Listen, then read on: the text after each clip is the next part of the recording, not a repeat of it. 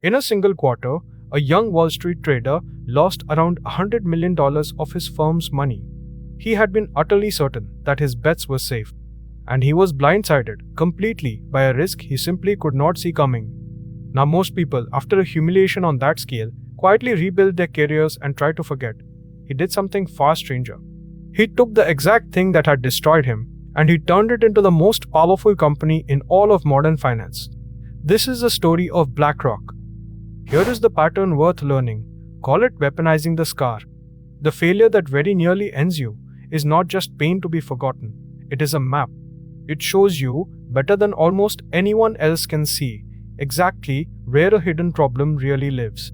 And very often, the product that the whole world secretly needs is the very tool you build to make sure that particular pain can never ever happen to you again. So travel back to the 1980s. Our trader ran a desk that dealt in complicated bonds, and for a while he was a genuine star. Then, interest rates moved in a way that his models had simply never prepared him for. His careful hedges all failed at once, and in 3 short months, roughly $100 million just vanished into thin air. The lesson that burned into him was simple, and it was permanent. He never, ever wanted to be blind to his own risk again. A couple of years later, in 1988, he and a handful of partners started their own firm in a single rented room. But they did not do the obvious thing and simply chase bigger and bigger returns like every other hungry new shop on the street. Instead, they made something that sounds almost boring into the entire point. They decided that their real product would be measuring risk itself. So while the traders traded, a couple of quiet, brilliant mathematical minds began building a computer system to see risk clearly, to x-ray an entire portfolio and show exactly where it was fragile.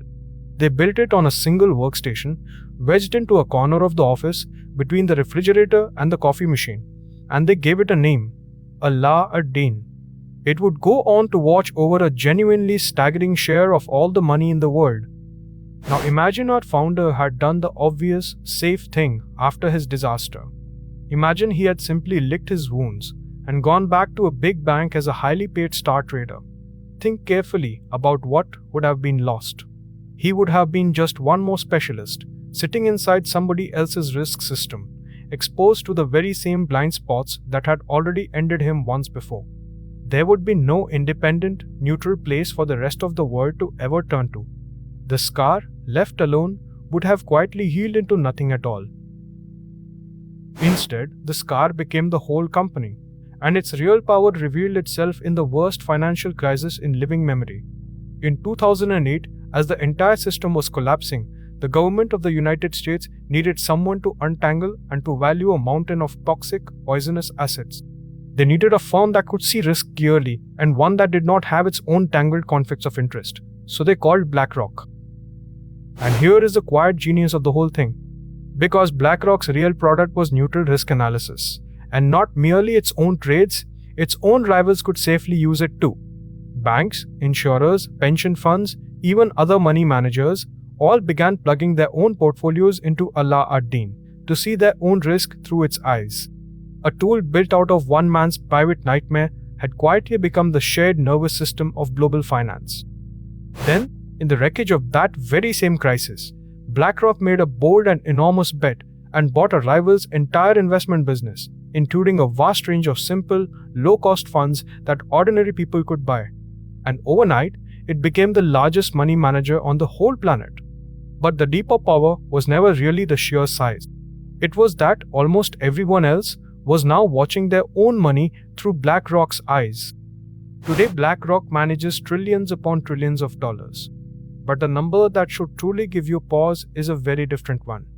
An astonishing share of all the money in the world, sitting at banks and funds and institutions far beyond BlackRock itself, is now washed over and risk-checked by that one single system.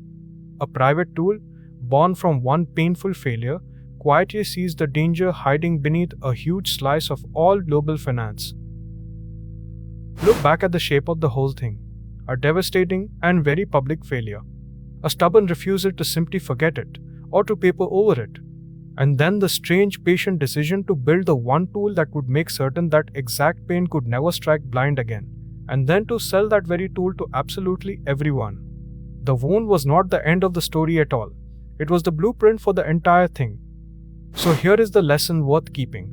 Your worst failure is not just something to be survived and then quietly moved past. Handled the right way, it is the single place where you now understand a problem more deeply and more personally than almost anyone else alive. So ask yourself, honestly, what is the scar that you have been trying so hard to hide that might just be the most valuable thing you could ever build a whole life's work around?